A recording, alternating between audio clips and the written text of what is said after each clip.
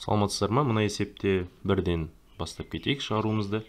X қосылған 4 бөлінген x-ті мен t деп белгілеп алсам, онда x квадрат қосылған 16 бөлінген x квадрат, бұның мәні онда бізде t квадрат азайтылған 8-ге тең болады. Бұл қайдан шықты 8 дегеніміз?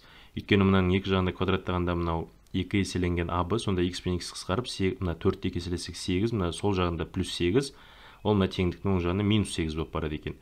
Олай болса, енді орнына қояйық мына алмастыруларымызды. Сонда мынау t-ға қатысты t квадрат минус 8 азайтылған t минус 12, бұл 0-ге тең дейді.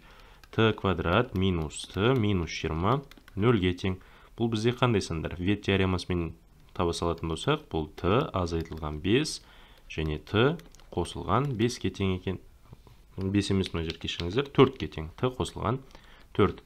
Олай болса t-ның мәні 5-ге, t-ның мәні минус 4-ге тең екен. Енді біз не істейміз? X қосылған 4 бөлінген x-ті мәні t-ға тең деп тұрғанда, x қосылған 4 бөлінген x-ті мен 5-ге теңестірейін. Енді бұл жерде бізде x деп отырғанымыз қандай? Тең емес 0 екенін көріп отырмыз. Ондай болса, x квадрат минус 5x қосылған 4 0-ге тең деген шықты. Бұны мен екі жақшаға вет теоремасымен қайтадан жіктей салсам, x минус 1, x минус 4 0-ге тең деген шықты. X-тің мәні 1-ге және x-тің мәні 4-ге тең екен.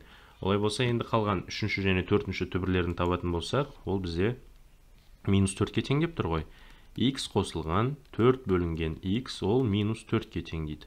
Демек, онда x квадрат қосылған 4, x қосылған 4 0-ге тең десек, онда бұл x қосылған 2-нің квадраты 0-ге тең дегенді шығарамыз ғой. Өйткені мынау қысқаша көбейту формуласымен көріп отырғандарыңызда x плюс 2-нің квадратын береді. Олай болса, x қосылған 2 0-ге тең, бұдан менде x-тің мәні минус 2-ге тең екен. Сонда бірінші түбіріміз 1-ге, екінші түбір 4-ге, ал үшінші және төртінші түбірлеріміз мынау минус 2-ге тең екен, мына берілген теңдеуіміздің.